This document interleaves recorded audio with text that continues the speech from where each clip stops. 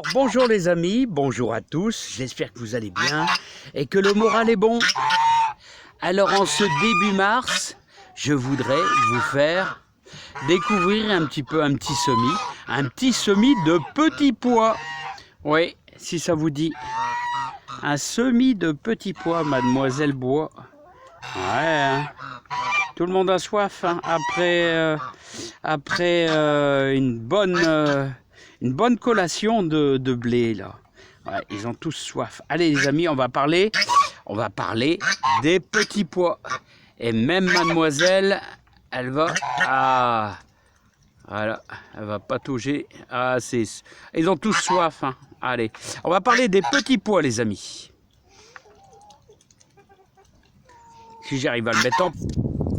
Alors les amis, le petit pois, c'est comme le mange-tout. Il a besoin un petit peu de froid. Hein, c'est pour ça qu'on le fait vraiment au tout début du printemps. Et il a besoin également d'un petit grillage de 50 cm, voire au minimum. Hein.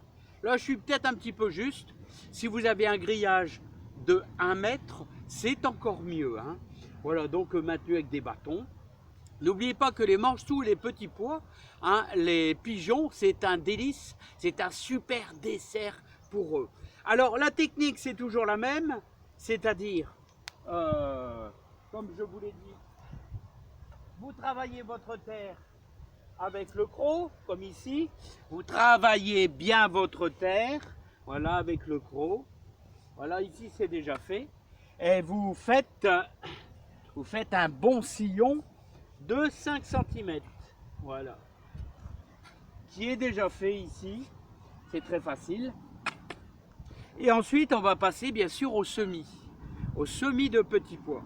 La technique est très simple, c'est exactement la même technique que les mange-tout, voilà, les petits pois, mais là vous pouvez en mettre un petit peu plus, vous en mettez sur 5 cm, vous en mettez 3 ou 4, sur 5 cm, 3 ou 4 quasiment.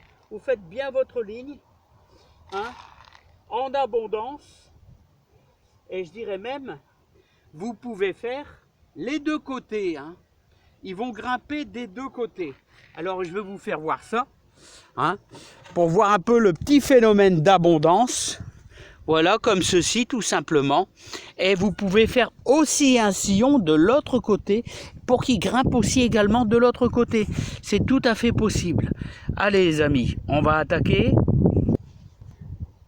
Maintenant ensuite les amis, on peut continuer en mettant un tout petit peu de terreau de rayon potage, pour dire d'une bonne reprise tout le long de votre ligne. Voilà.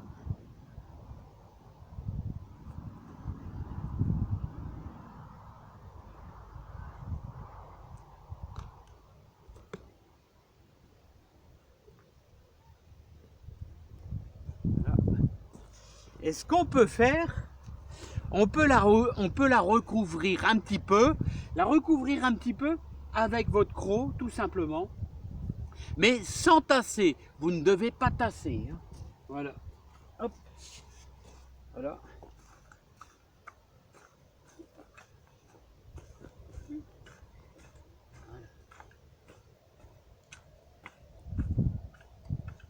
Voilà.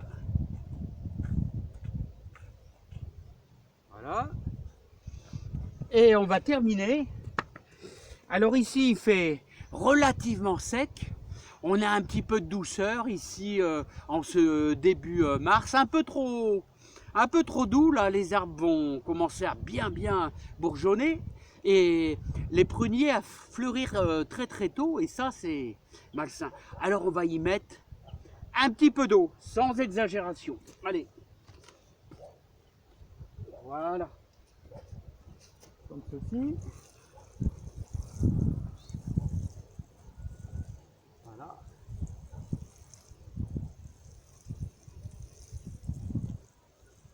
Voilà. Je ferai le reste tout à l'heure. Et encore un dernier détail. Dernier détail qui pourrait vous aider contre les pigeons. Alors, je vous conseille un gros sac noir Voilà. Voilà, un gros sac noir. Vous allez y passer un bâton dedans, vous voyez. Dans le fond de votre sac, vous allez placer un bâton avec un petit bout de corde en plein dans le milieu. Et vous allez placer ça légèrement en biais. Voilà, comme ceci. Voilà. Et ça vous fera un petit épouvantail et qui est quand même assez efficace dans les champs. La couleur noire effraie un peu les oiseaux, les pigeons, voilà. Donc ça c'est une technique connue, vous pouvez remarquer, il y a souvent de la couleur noire.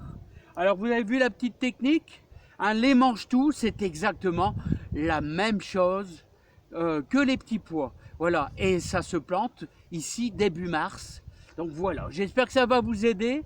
Tout simplement, n'oubliez pas, il est encore temps de faire quelques lignes d'ail en laissant 20 cm entre gousses d'ail et tout là, et même démarrer un semis de tomates pour mettre au 15 mai dans votre jardin là, hein, à placer au 15 mai, pas avant. Attention aux gelées, on se fait tout savoir les amis. Allez, à bientôt, portez-vous bien et morale à tous les amis. Il y a pas mal de